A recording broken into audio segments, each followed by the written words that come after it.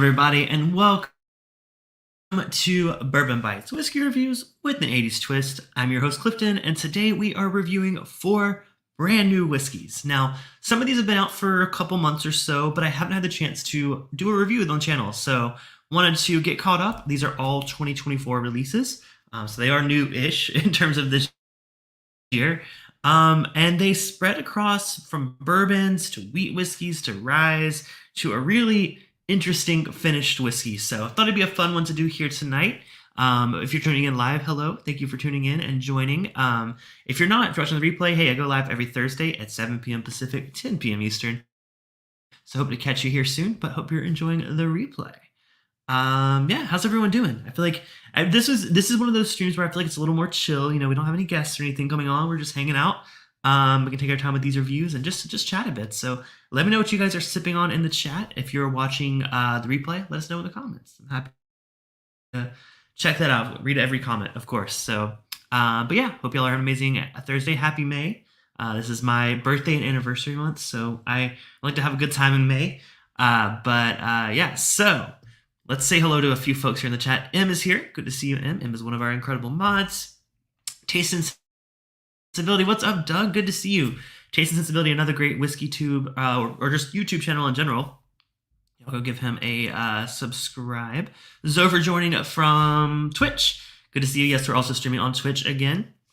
Trying to kind of build a backlog a little bit over there on Twitch. But hopefully you're watching wherever you are most comfortable.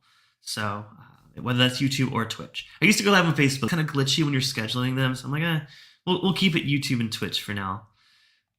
Oh, and Zover's here as well. M says, I predicted this shirt. Oh, the Cliffy Bus shirt. Yes. The Cliffy Bus may be coming back around. We'll see. I don't know if y'all saw, but ADHD Whiskey Matt put up a video announcing the 2024 Matt Madness whiskey tasting championship thing bracket. So I've competed the past 3 years. I put up a poll on Patreon asking if y'all wanted me to maybe try again this year. Haven't decided fully yet, but that poll's still open. So if y'all want to get on that, speaking of which, patreon.com/bourbonbites. You can support the channel for as little as $2 a month. But with the higher tiers, you get access to some fun perks, like our after party hangouts that happen every Thursday night after this live stream, our monthly movie nights where we watch a 80s retro movie together on Discord, and even some of the higher tiers get you access to some tasting subscription boxes where you get to try some of the things like I'm trying here tonight on the stream. So if you're curious, patreon.com/bourbonbites. There's a free trial for the $10 tier, so I'll put that up there right now. If y'all are curious, definitely check it out. But also, let me know if I should do Matt Madness this year. We'll see. James Taylor, what's up, James? Hope you are doing well. Thank you. I think you joined a hangout relatively recently. Good to see you as always. James is sipping on the last of my Calumet 15. Nice. I've had the Calumets, but it's been a while. I've only had samples. I've never had the full bottle. Life on the Patio says, doing great, sipping Blue Note, uncut, unfiltered store pick. Cheers all. Cheers, Clifton. Oh, cheers to you. I have not. So I've had the Blue Note. I've only had the regular releases, the bourbon, the rye, and then the what's the Pioneer? Or I forget what it's called. It's the one that's kind of a blend, or it's sourced, something unique about it. I don't remember. It's been a few weeks since I did that stream, but good to see you. Hope I've never had the uncut. That sounds really good. Donnie is here as well. Donnie, thank you so much for being here. Thank you for being an incredible mod. I think that's everyone. If I missed anyone, Zover said I got my Bourbon Bites 1-Up Bourbon t-shirt on tonight. Nice. I actually, I'm hoping in the next few weeks before summer, I will. I have a couple new merch ideas I've not fully developed yet, but I would hope to get them out soon. If you're on Patreon, of course, you'll be first to know about that. But glad to see you wearing that shirt. I love that shirt. I need to get me a new one because mine shrank and it doesn't fit me anymore. But I need to get a new one. And if you're curious about merch, hey, thanks for the shout out. You can check out bourbonbites.threadlist.com. Throw that up there right there real quick too. I've had the same merch up there for a while now, but I kind of want to get more, including this Cliffy Bus. This Cliffy Bus shirt is interesting. If y'all want to see more Cliffy Bus, definitely buy the shirt. Sipping Little Bernheim. Looking for flavors, pretty mild at 90 proof. Nice. Yeah, one of the ones we're having tonight is the latest release of the barrel proof. It's actually the highest proof Bernheim they've ever released. So we're gonna save that a little bit towards the end. But I feel like we should get something in our glass. So one of the new releases I'm going to be reviewing is the Ezra Brooks 99. This is the Port Cask Finish series.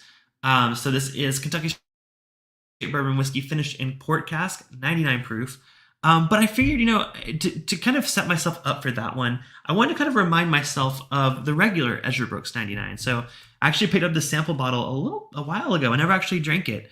But this is the Ezra Brooks 99 proof. I'll see if it'll focus there. It's a little tiny bottle, 99 proof bourbon whiskey.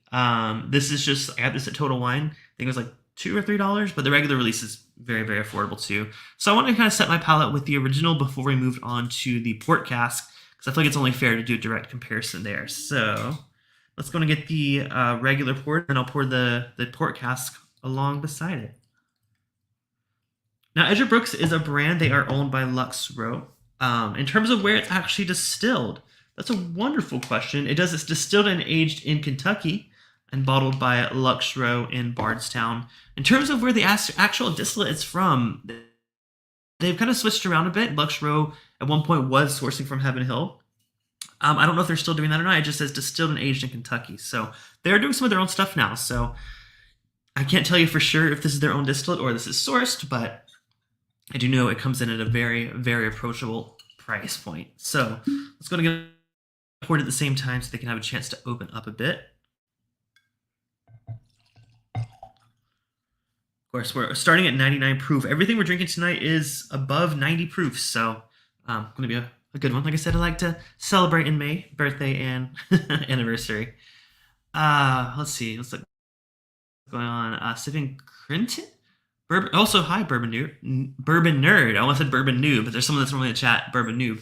Maybe he'll show up a bit later. Sipping Crittenden Toasted Pecan. I actually have not heard of that. Is that a bourbon? Is it Scotch? I don't know. I've not heard of that, but welcome. Good to see you.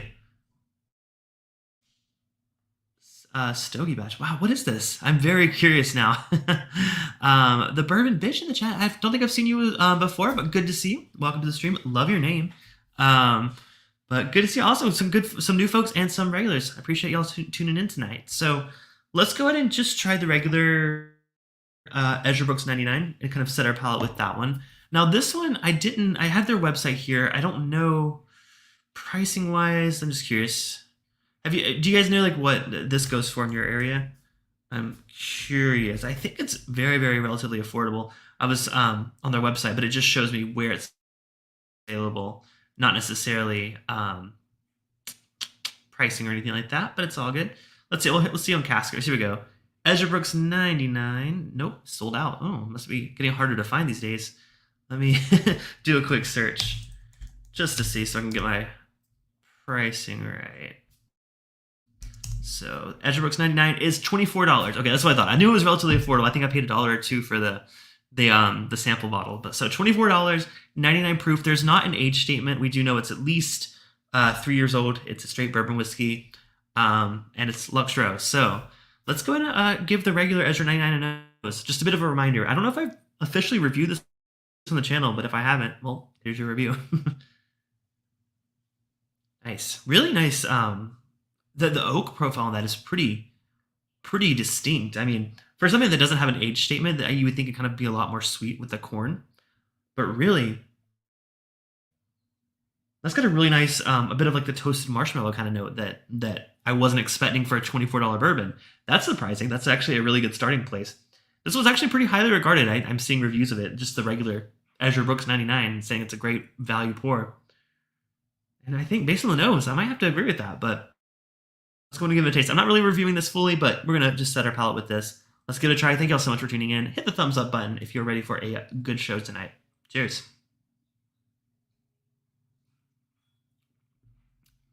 Okay, there's the corn sweetness.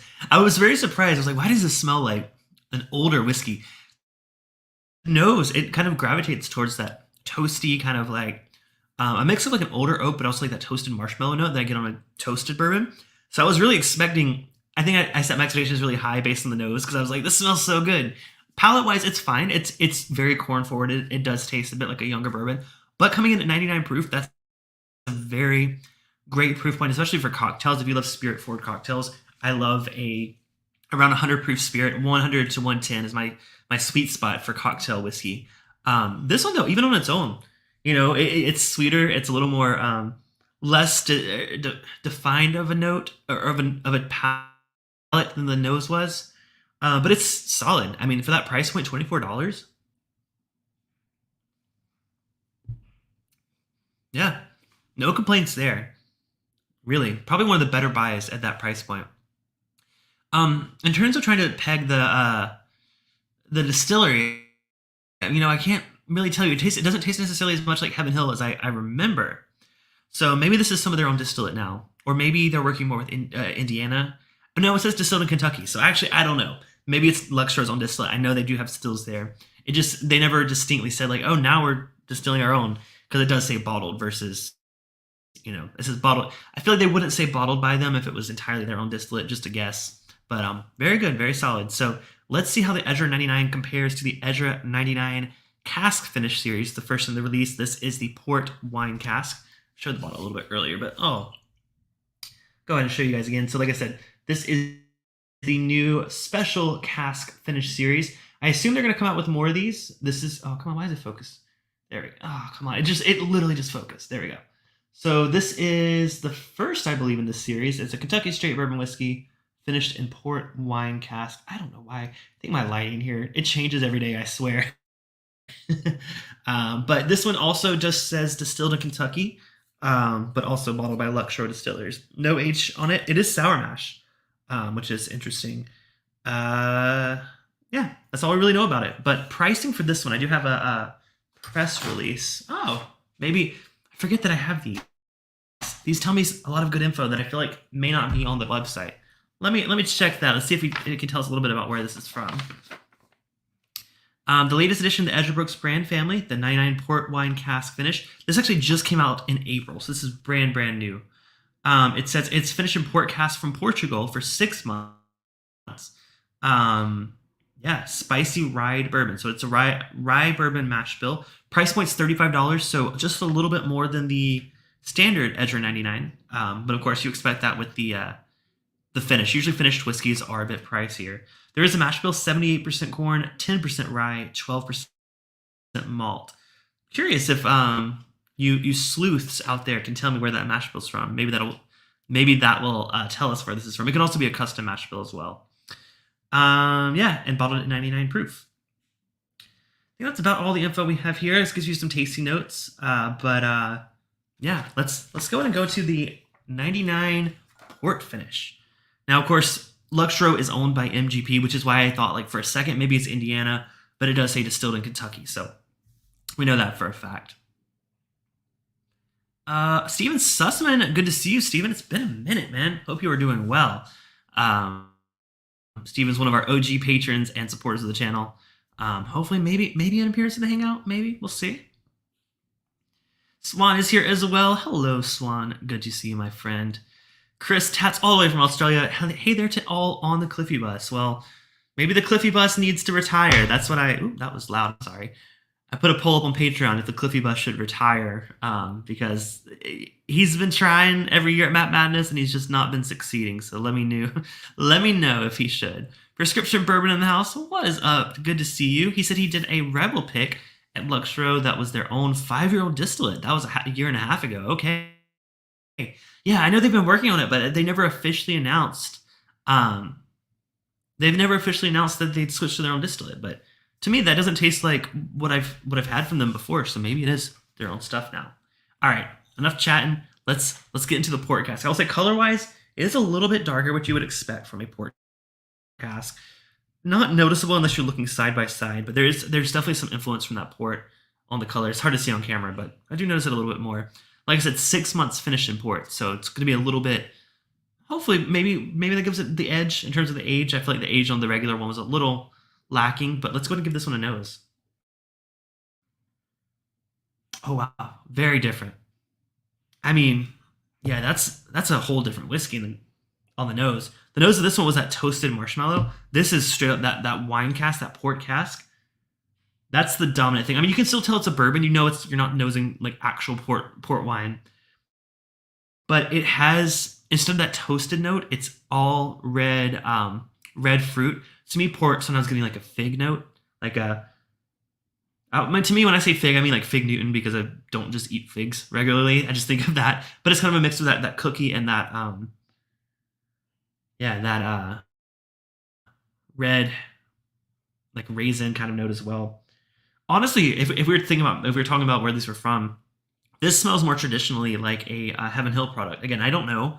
I would imagine they're using the same distillate for this as the regular one, but I will say the nose is a little more familiar to this. But I'm excited. I can't wait. I love a good port finish.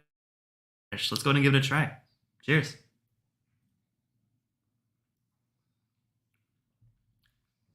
Ooh, wow, that rounds that out so much better. I mean, it's still sweet. It still has that corn sweetness that I got on the regular Ezra 99, but that port kind of makes it taste more mature. It makes more complex, more just well rounded. Whereas I feel like the other one kind of leaned way sweet for me. It was fine for $25. This for 35, you're adding what, $10 more, 6 months of aging in port cask. We don't. I assume it's about the same age as the regular one. That is delicious. I like that a lot. Wow. Okay, Ezra, coming in there with this port cask finish. I didn't expect much. I'll be real. I was like, oh, okay, port cask is probably very minimally influenced. No, on the nose, this is. I would imagine this is probably a pretty wet cask. I mean, that's so fruity.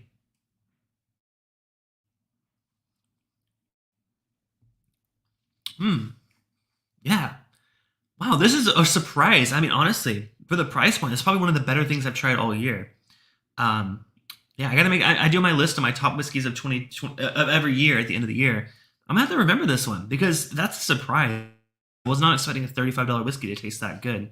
Let's see if I do have their press release here. See if there's. Oh, that's already already read that.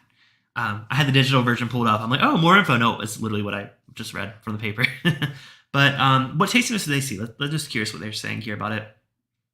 They say we created this for bourbon fans looking for an elevated taste profile and a unique flavor option. This says the special finish brings notes of vanilla, tobacco, and leather. I will say, to me, it does come out more well-rounded. To me, I'm getting more of like the fig or the darker red fruits, but I definitely could get leather is a great point. I mean, I feel like I don't usually get leather until like an older whiskey, but I think maybe it's that combo of that port cask with the sweet corn whiskey, not corn whiskey, but the corn and the mash bill. Hmm, that's solid. I mean, wow. Hopefully, we only go up from here because that's a fantastic new release from Luxro. Y'all go check that out if you see it on your shelves. Like I said, just was announced last month. It should be hitting shelves soon, if not already. Give it a try.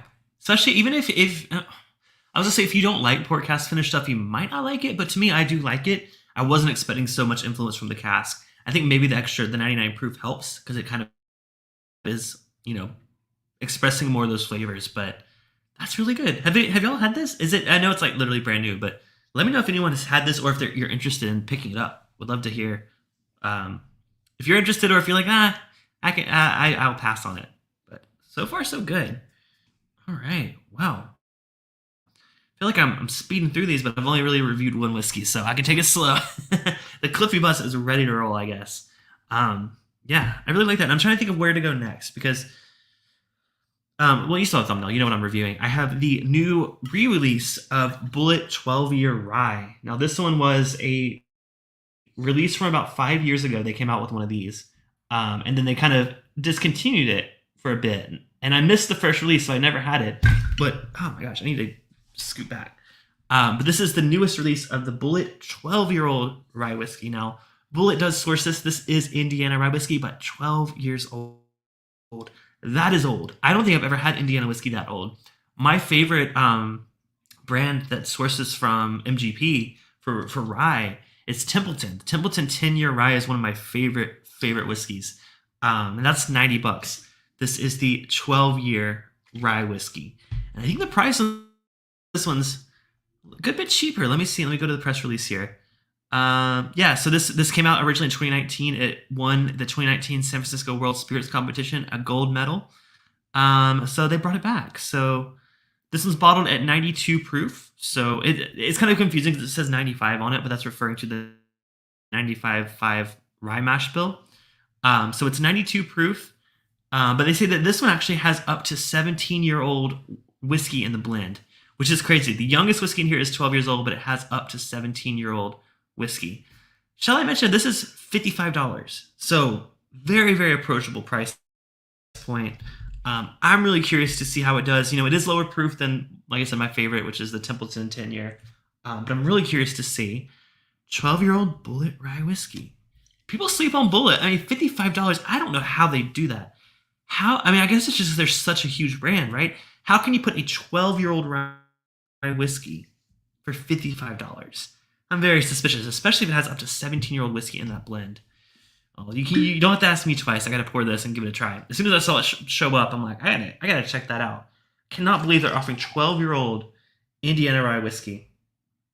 Yeah, distilled in Lawrenceburg, Indiana, bottled by the Bulleit Distilling Company in Louisville. So I'm very, very excited to give this a try. $55. Still, it blows my mind. All right, so like I said, the mash bill, 95.5 rye mash bill, so 95% rye, 5% malted barley. I'm assuming, I say that because sometimes I've been seeing where it's 95.5, but the 5 is malted rye. But I'm pretty sure this is malted barley. I think that's this typical Indiana mash bill. It's not on this press release here, but yeah, I'm very, very excited about this one. Let's go and give it a nose. Now, rye whiskey to me always drinks hotter. It drinks higher proof than what it is on the bottle. So like I said, it's a 92 proof. To me, it drinks a little bit hotter usually. But also, you don't have to have rye whiskey that old to have some of those richer, more complex flavors. So knowing this is as old as it is, I cannot wait to see what notes I get on this one. Let's give it a nose. Just that distinct Indiana rye whiskey note. I think one of the first rye whiskeys I ever bought was an Indiana rye. I used to buy George Dickel rye, which was not distilled by George Dickel in Tennessee, but actually was sourced from Indiana as well. That was my go-to rye for cocktails when I was first exploring rye. So very, very familiar with that note. On the nose, it just brings me right back to everything I love about that. It's spicy. It's a little minty.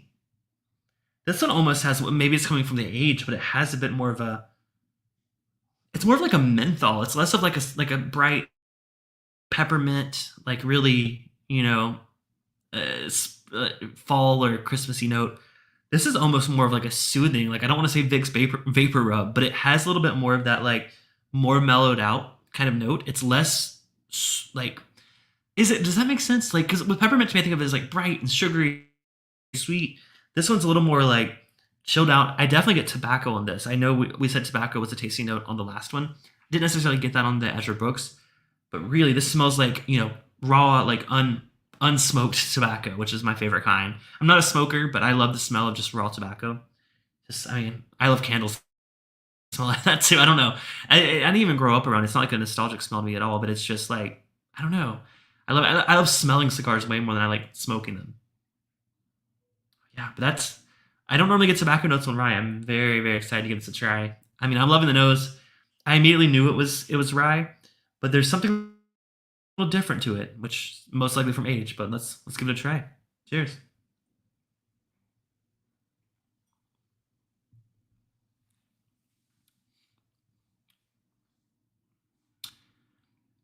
I mean, same experience on the palate. This is so, I don't want to say smooth, because smooth is such a like a faux pas when you're reviewing whiskey, but it has a balance and a character and a well-roundedness that rye whiskey doesn't typically. I look for rye whiskeys that are like out there, that are crazy, that are, spiky in different flavor directions.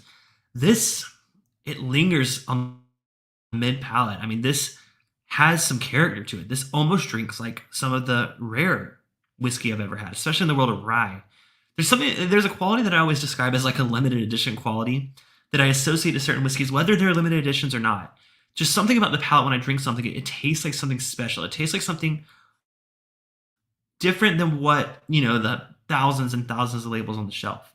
This, on first impression, is giving me that note that I really like, that kind of like limited edition kind of note. Let me revisit it, because we're talking about a $55 bottle here. Let's try it again.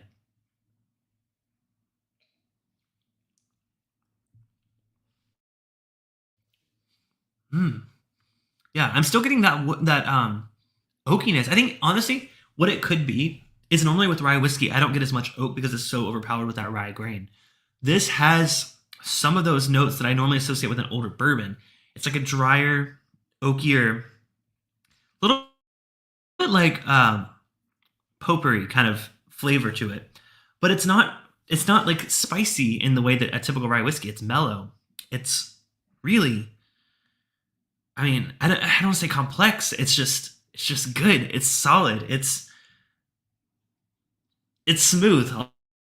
I'll say it. This is really surprising me as well. I can't believe they got it at that price point. I would love to try this at a higher proof. I mean, again, 92 proof is not a bad proof, but if they released this at like cask strength, I'd be all over this. I don't want to say how much I'd pay. They priced this so low. I'm not going to say, oh, I'd pay double for cask strength, but I mean, I might. Hmm. I've been drinking a lot of Finnish rye whiskeys lately. Sometimes it's nice to revisit an unadulterated, straight rye whiskey, no finish, because it makes me realize why I love the category of whiskey in general. To me, it's just such a complex, so different. I mean, sometimes I even feel like, no blasphemy to the Bourbon by its name, but sometimes I feel like I prefer rye whiskey over bourbon a lot of the time. Some of it's more complex and more interesting. I love interesting flavors. Nothing wrong with bourbon. Love me some bourbon, but as I've been exploring like American whiskey, sometimes I find myself gravitating towards rye. This is no exception. I really like this one. Doug says MGP is as big and likely more efficient at rye whiskey as any legacy Kentucky brand, so the price is not so surprising. That's a great point. I've never seen a 12-year-old rye whiskey on the shelf. It makes me wonder. I mean, I think Knob Creek rye is. I don't think it's 9 years yet, is it? I know the single barrel picks of it are around 7, so I'm not sure about the age of like Kentucky rye. I don't know. I just feel like I've not seen rye whiskey that old. I don't know. It probably exists. I'm just very surprised by it. Emily says pine like eucalyptus. I don't get pine. Pine is a note that I don't really love on a whiskey or on a drink in general. My husband's a gin drinker. I don't like that pine. I always say Christmas tree note. I don't like that. That's not what I get on this. It's more of like like I said, the potpourri, like just the mix of like baking spices. Definitely not like green, like tree. There's no tree notes in this, which for me is a plus. Again, I don't really gravitate towards those notes. But eucalyptus maybe, but it's not like in like the strong. It's very subtle. James says little audio delay. I'm sorry, I didn't realize. I don't see it on my end, but I know StreamYard has been having some audio issues for a while. So James, maybe try refreshing, see if it fixes it. It might be everyone else too.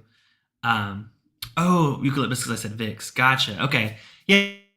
To me, it's more of just like the really. I mean, maybe it's eucalyptus. I mean, you're better with these tasting notes than I am, or these nosing notes. I've never really think of that. Doug says rye has all kinds of vapory sensations of mint, menthol, piney things, and eucalyptus. Every brand's a little bit different. Okay, yeah, maybe eucalyptus is the. All right, y'all have the. I know. Of course, Donnie's going to chime in with the audio issue. I don't know. It's a StreamYard issue at this point. If there's a delay, there's literally nothing on my end that should be causing that. I'm literally like, I have all the automatic. I have the echo cancellation turned off. I have the background noise reduction turned off. I have the automatic mic adjustment turned off. But yeah, so it's a StreamYard issue. I don't know how to, I'm sorry. Please subscribe and become a Patreon supporter. Maybe I can look into some other options. StreamYard's already kind of expensive, but yeah, it's been having the issues lately. I've been seeing those complaints a lot, so I apologize. I can't do anything on my end, but I can definitely look into other software. So sorry about that. Maybe I'll reach out and let them know, hey guys, my viewers are complaining. What's going on here? Yeah. Really, really love the Bulleit 12. Another one that's a contender for my best whiskeys of the year. Delicious. But wait, there's more. We're sticking with the rye whiskey. We're sticking with the Indiana rye whiskey. I'm running out of glasses here. Let me keep that in the glass here. I have one more glass, but I have another whiskey to review after this. Next, we're going to a brand that we just recently tried on the channel. We actually interviewed their president and their master chief alchemist. I think was his role. Macaulay from Dark Arts.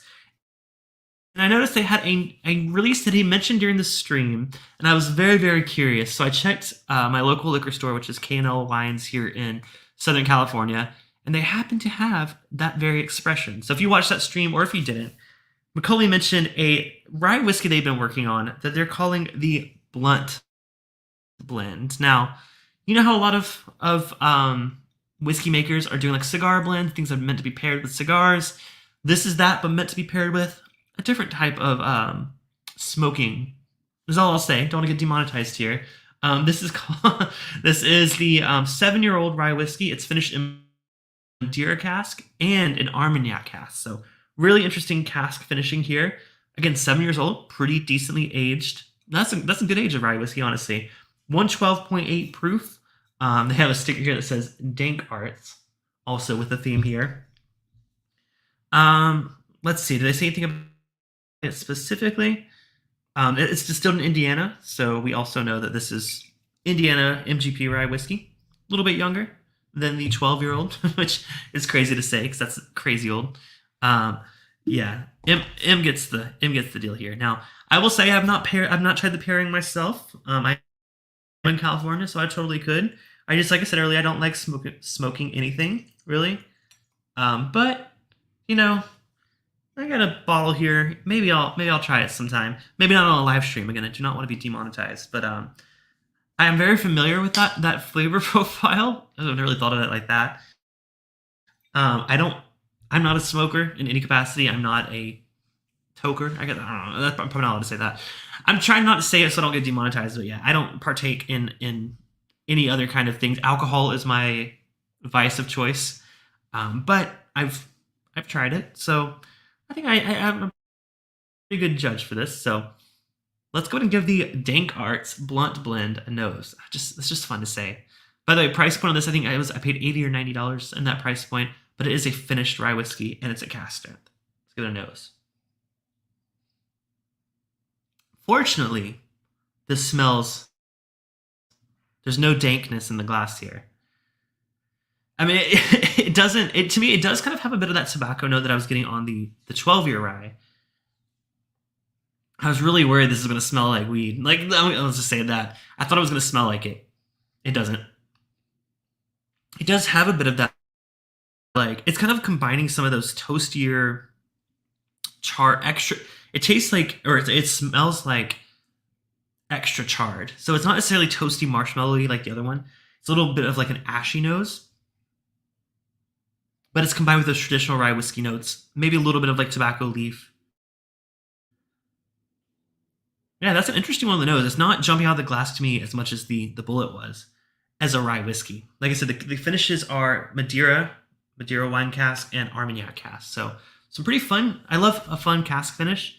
Let's just go to give it a taste. I'm gonna pull up the notes here from the distillery, or what do we call them? I was gonna say brewery, but they are more of a blending house than a distillery. Let's give it a try. Cheers.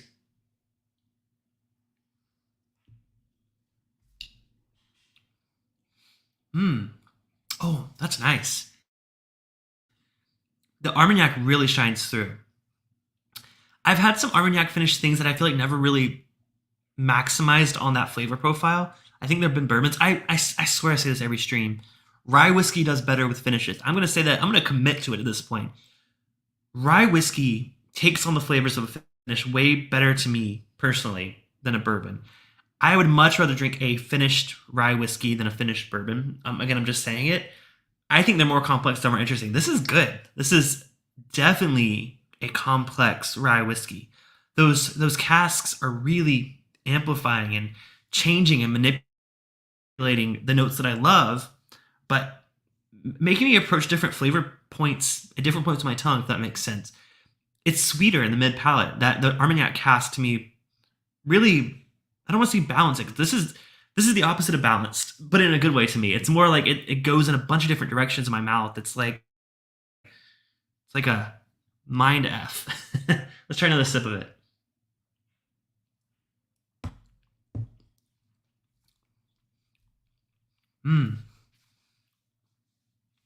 I will say, we were talking about the pine note earlier on the. Someone asked if the Bulleit had the pine note. No, but I'm getting a little bit more of that tree note, no pun intended, on this one.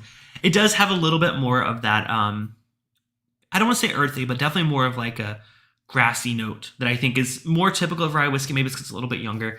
But to me, it has a like a coating of like a candy, like I don't want to say candied apple. There's a little bit of apple there, but it's like, okay, go for another sip. Maybe this stuff is addictive. I don't know. Who knows what they're putting in there? I'm just kidding. No additives.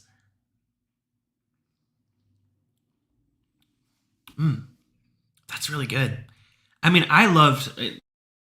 If you want to watch the replay of that stream from Dark Arts, I loved pretty much everything they had. I think hands down hands down my favorite new-ish brand, at least in the Southern California area. I will try everything they put out at this point because everything they put out has been delicious. Now they're pretty pricey. They're like I said, they're around $90, 80 to 90, but the quality of the stuff they're putting out is exceptional, especially with it being Indiana sourced because we see a lot of that, right? And I'm not complaining about that. I love some Indiana bourbon, some Indiana rye. Something that our Dark Arts is doing is making this stuff so good. I don't know if the cask they're selecting, if it's, maybe they're doing some extra aging there in Kentucky. I don't know exactly what's going on, but they are putting out some of the best Indiana bourbon and Indiana rye that I've had in a long, long time. So, just kidding. But I do some of my stuff I say is marketable. I know the folks at Doc Swinson's have taken some of my quotes and used it in their marketing, which I'm very happy to do. Like I said, I give honest reviews here. Even if brands send me these bottles, I'm giving a full, honest impression. By the way, this was not sent to me by the brand. I bought this one. Neither was the Bulleit. The Ezra Brooks was sent to me by the brand, and the Bernheim that we're about to go to was sent to me by the brand. Just full disclosure.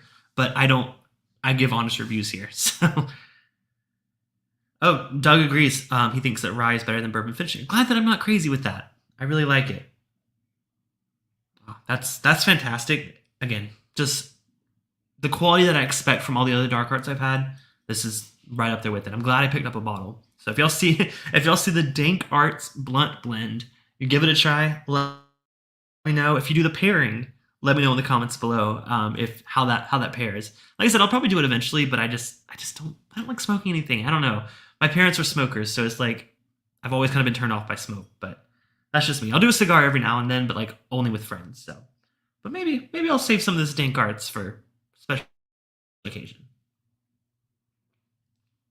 All right, we are on to our last whiskey of the night. Hopefully y'all are enjoying the stream. Hey, let me know what's been your favorite so far. I want to keep y'all chatting and talking because I love to interact. This is, like I said, more of a chill stream. But I don't know if I necessarily have a favorite so far. They've all really impressed me in different ways. There's like a gnat that I'm really trying to get. No. Okay. The Cliffy Bus is not good at catching bugs, but he is good at picking up bottles. By the way, those of you watching this far in, there may be a fun video coming out tomorrow. So just info for you there. All right. Let me finish off the Ezra Brooks, just the 99 that I had earlier. We're going to rinse out the glass and we're going to move on to the final whiskey of the night, the highest proof Bernheim cask strength that's been released. Let me finish the Ezra Brooks first.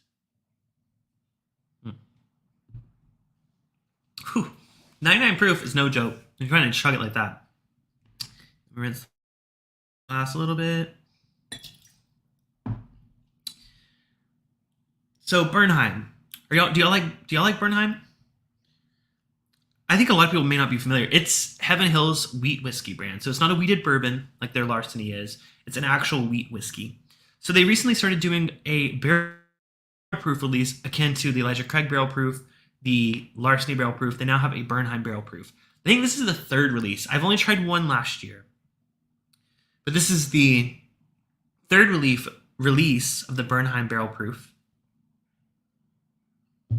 This is the A224 batch, which signifies the first batch of 2024.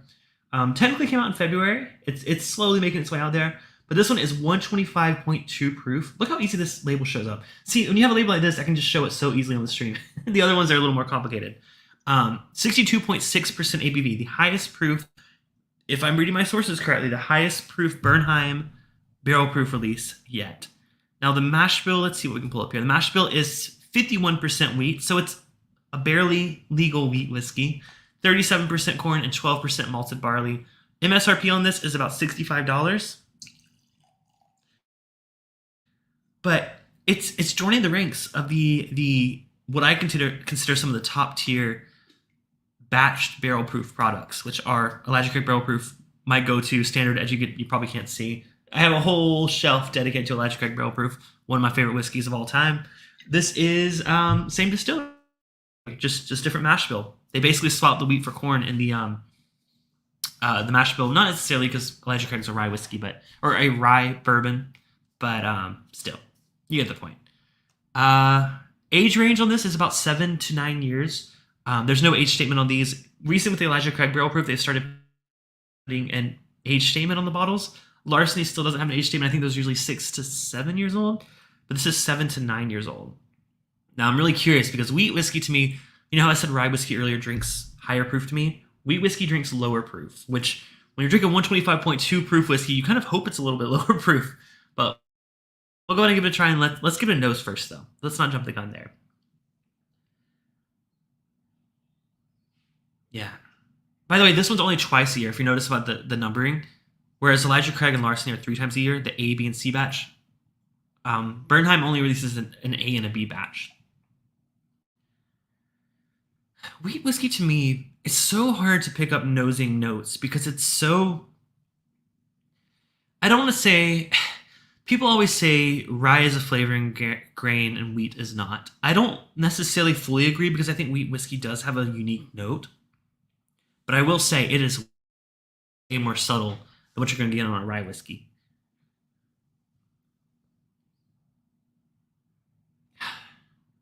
I mean, I'm honestly struggling to find out a specific note. I mean, I normally get like a graininess, like a bit of like a I don't say breadiness. I get more bread note on a wheat whiskey than a rye whiskey, which they're both bread. They both make bread, but to me, wheat is more like a buttery bread, which is aligned with what I get a lot on Heaven Hill products. They're to me more of like a bake shop, a buttery dessert, like croissant kind of note.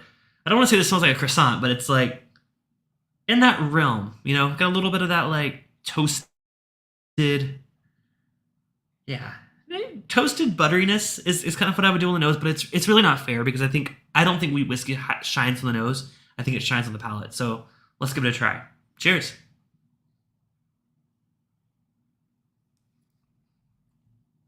Oh wow, that does not drink that proof at all. Wow, it almost has me like it almost has me guessing that I mix up my glasses because I was like, wait a minute, pause.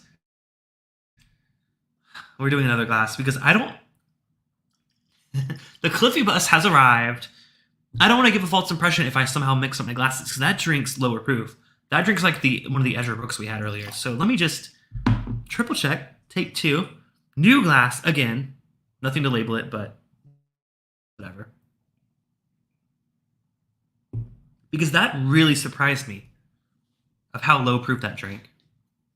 I was so surprised that I think I might have made a Cliffy mistake. All right, take 2. Take 2. Hey, these live TV folks, is that what they say? Also in the chat, there's William Hall. Good to see you, William. It's been a minute. Hope you're doing well. Yeah, I mean the nose is maybe I'm right. I will say like this one has not been sitting out like the other one has been sitting. A little more sour on the nose, but very similar. So I think maybe I was right. Okay, let's try it again. Now this I literally just poured, so I know it's for sure it. Let's try it.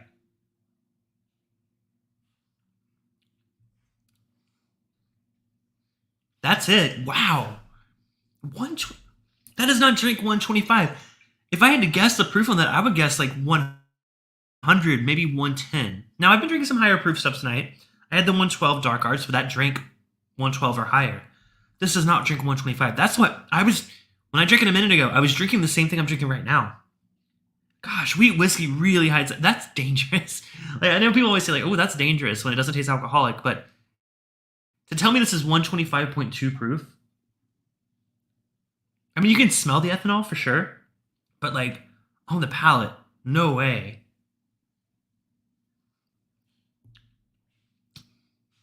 Yeah, I would guess no more than 110. That's incredible. Now, flavor profile, To me, I don't know. I like a good rye bourbon. I think rye, even though I disagree with saying that wheat's not a flavoring note. Wheat to me is more, if you really like that. I don't want to say grainy. Grainy's like a negative term. To me, it's more like the grass, like the hay kind of note. Like I don't want to say barnyard because it's not like the animal smells or anything like that, but it's more of like the actual dried grass, like hay. Like imagine like a photo of a field of wheat. That's kind of what this tastes like. It tastes like it tastes like what I imagine. I've never eaten just wheat off the stalk like that or whatever you call it, but that's what it kind of reminds me of. I don't dislike it. I think it's really good. It's so surprisingly easy to drink.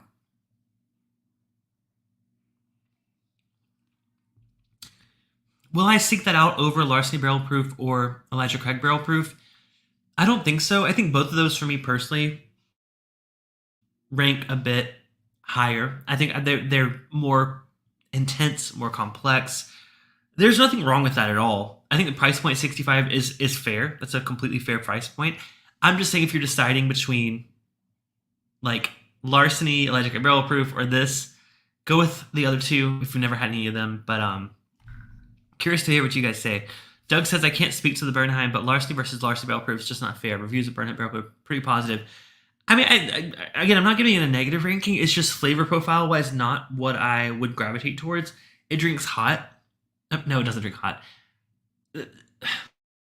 What I'm trying to say is I can taste that the proofiness of it. Like I said, I think it's maybe around 110, but the flavors I normally associate with something that high proof, I don't quite get. So that's how I feel personally. William says smells like a haymow on a wet summer day. Haymow. I'm not familiar with that word. Like a hay bale. Maybe it's a regional thing. Never heard of a haymow, but okay. Doug says wheat is usually not the equal of corn or rye or barley as a main whiskey grain. Yeah. Again, it works. It does make an interesting spirit. It's just not my cup of whiskey. Yeah, nothing wrong with it, but I wouldn't seek this out. If you like Bernheim Barrel Proof, you're probably gonna like this one. Again, the highest proof ever. Unbelievably so. Like you literally made me pour a second glass because I didn't believe that I poured myself the right glass. But hey, it's fine. It's just not my jam. Haymow, a stack of hay, part of a barn in which hay is stored. Okay, so like hay bale, we're on the same spectrum of the idea. That's kind of what I'm thinking of, like a hay bale in a barn. I grew up, my sister had horses, so that's about the extent of my knowledge of, of barns. But yeah, so overall thoughts tonight. The first three that I tried were really, really blew my mind good. Love the Bulleit 12 year. Love the Dank Arts. Such a fun one. Ezra 99 surprised me at that price point. Bernheim surprised me of being that high proof and tasting so approachable. So they all surprised me just in different ways and different levels of that. So I wanted to say thank you all so much for watching. Thank you for tuning in. This has been a fun one. I love trying new things, whether they're sent to me by the brand or I pick them up because I'm curious about them. Let me know if there's any new releases coming out that you guys have seen that you want me to review. Happy to give it a try. Or if you happen to get your hands on something that you'd like to share, let me know. Shoot me a message on Instagram, Discord, or contact@bourbonbites.com if you're willing to share a sample. I know our good friend Devin is sending a sample of a Stranahan's that she really likes. She offered that today earlier. By the way, Devin, if you're watching this, thank you again. So excited to give that a try. I've not tried Stranahan's before, but yeah, if there's anything you guys are excited about, one, let me know to pick up, or two, if you have a sample, happy to give it a try on the channel. So thank y'all for watching. I'll be live again next Thursday night. Like I said, Patreon, check it out. We're going to do an after party right after this for everyone $10 and up. There is a free trial, so if you're curious to join us, check it out. Happy to add you to our after party. I'm going to put up a poll soon for monthly movie night suggestions. So if y'all have a favorite 80s, 90s, 70s-ish retro movie, let me know in the comments. Or we have a Discord channel for movies and TV. Let me know what you guys are watching, what I should watch as a... I don't want to say like 80s enthusiast because I was born in the 90s, but I'm trying to get caught up, guys. I'm trying. But anyways, cheers. Thank y'all all so much for watching. Hope you have a wonderful weekend. Happy almost Friday. And I'll see you guys this same time next week. Keep an eye out for a video tomorrow. Like I said, the Cliffy Bus may be making a return. Cheers. I'll see y'all on Thursday. Bye.